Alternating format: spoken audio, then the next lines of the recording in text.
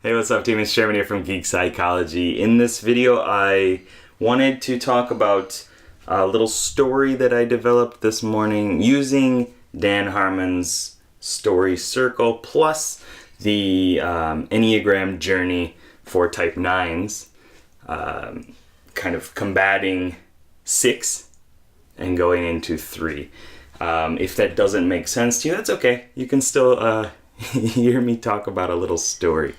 And what started this, well, I was studying the story circle and kind of learning about how to develop a good story, and I decided I should just do it, instead of just thinking about it too much, just get into it. So I was looking through my Evernotes kind of for inspiration, and I saw that one of the gems that I wanted to create as a sign of personal growth is the idea of courage. This is a thing that I feel that everybody should have. And so I kind of imagine, well, what is courage like? Where is courage? And to me, in my imagination, it's a mask or like some sort of face paint, kind of like a warrior-esque cover, a lens that you can see the world through. To me, that is courage. And it might not be the same for everybody, and that's fine. But for me, that's what it was. And so I was like, okay, well, how do I get started on this journey of finding courage? So using Enneagram and also cognitive functions and kind of personifying them, I went through a little journey. And so starting out, you're in the basic ordinary world. That's how stories usually start.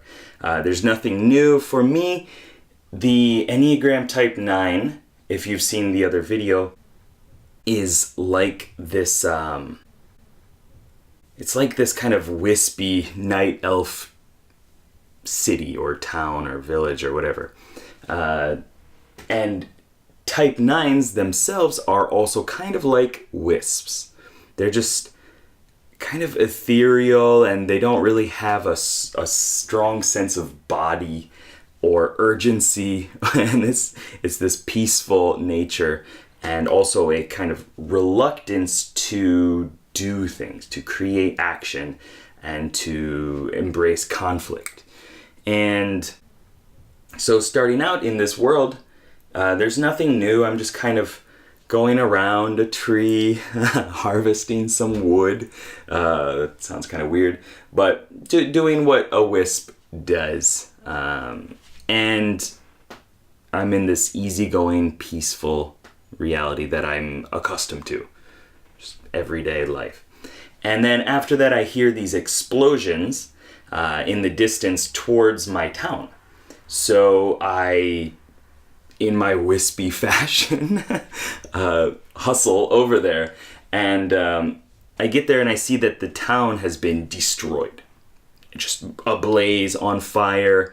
There are very few survivors, and in my mind I saw a lot of these kind of the bodies of wisps, and then the explosions around them, the detonations of their wispy bodies. Does that make sense? So like as a wisp explodes, there's this little kind of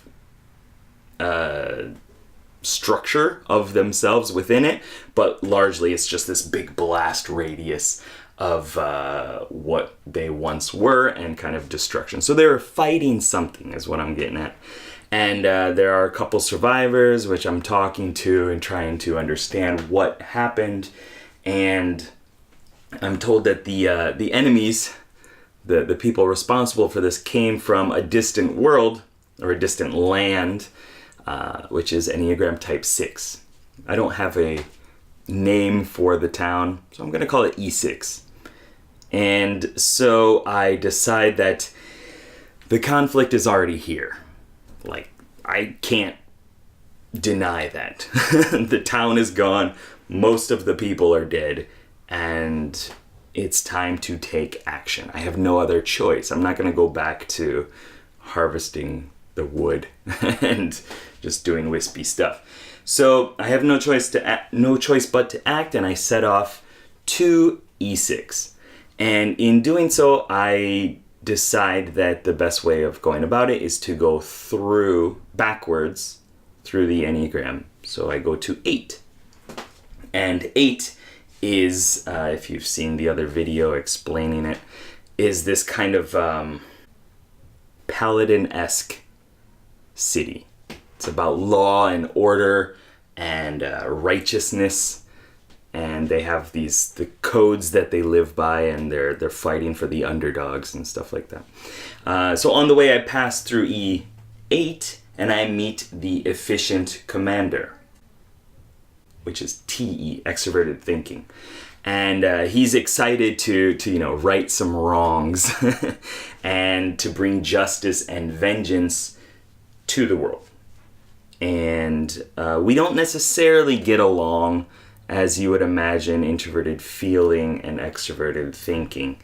But we're okay. He's my anti-hero. I'm like, wow, you could do things a little bit differently, but I understand.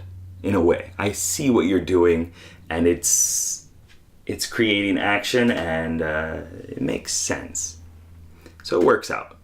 And after we meet up, and he hears my journey, what I'm doing as introverted feeling, the receptive conscience, that's the word that I give for it. So he hears my journey, and he decides, okay, we're going to team up. Whether you like it or not, we're going together. And so we go down to the next one, to E7. As we're passing through, we meet the charged innovator, introverted or extroverted intuition, and he's raring and excited for some action, and he's ready to go. He hears the story too. He's like, oh yeah, let's do this. Let's go explore and have some fun and see what's going on while serving a larger purpose. He's a good guy, right? So he and I get along really well. FI and NE as the INFP. NE is the auxiliary function. It's the supporting companion or mentor-like style. And so we get along, and he's a little too energetic for me, but it's okay. He's got a good heart, and we're going to do some good things. So the three of us are together. We're moving on to E6, and when we get there, we see that the people, the citizens there, are freaking out. They're paranoid. They're going crazy. And this is not saying for all Enneagram Type 6s, but this is my understanding of it from my perspective. So yeah, they're all paranoid. They're kind of clawing at things and just trying to get these ideas out of their brains, and they're freaking out, okay? So digging around a bit more, we hear from one of the citizens, introverted sensing, tertiary function. He is the methodical guardian. So we hear from him that there are elder gods around, these Cthulhu-like gods. And they are whispering poison into everyone's ears, and they're deceiving the people and freaking them out, basically. And they must be responsible for what happened in my town. So originally I was going there to fight, and I noticed that things are not quite as they seem.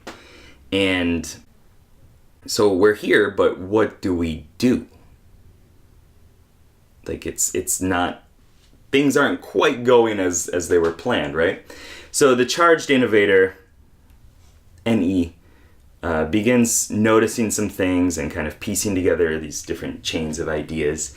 And he sees that there is loyalty and courage underneath the anxiety and skepticism of many of the citizens. There are some that are completely courageous already, but there's a lot of that courage being hidden.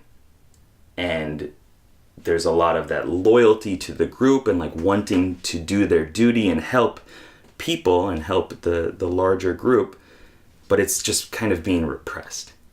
It's not used in the way that it could be. And so I, as the receptive conscience, decide that we will teach the people how to fight their fears, how to kind of rise up and be stronger and block out the elder gods' influence.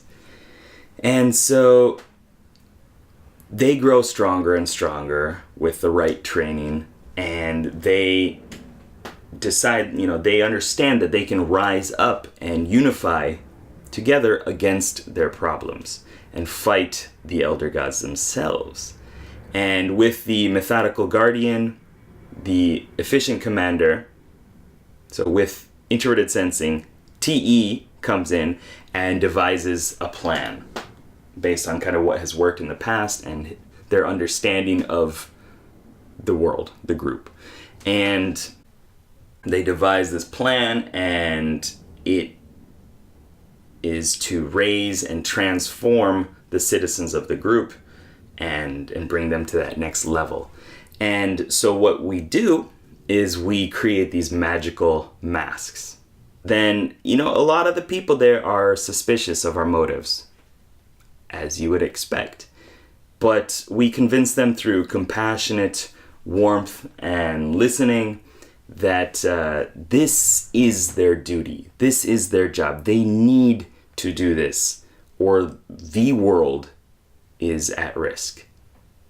And because, E6, those elder gods have convinced those people to go to another town and start these problems, right?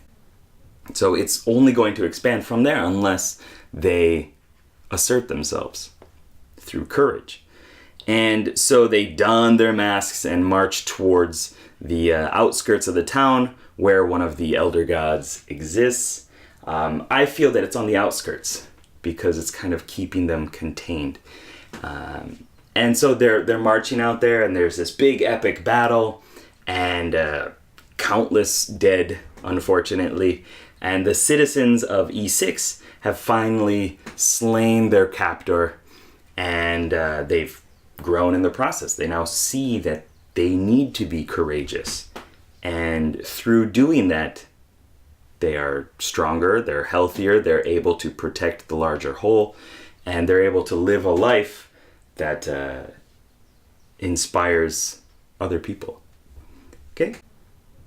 And so after that, seeing the change in E6 and feeling some peace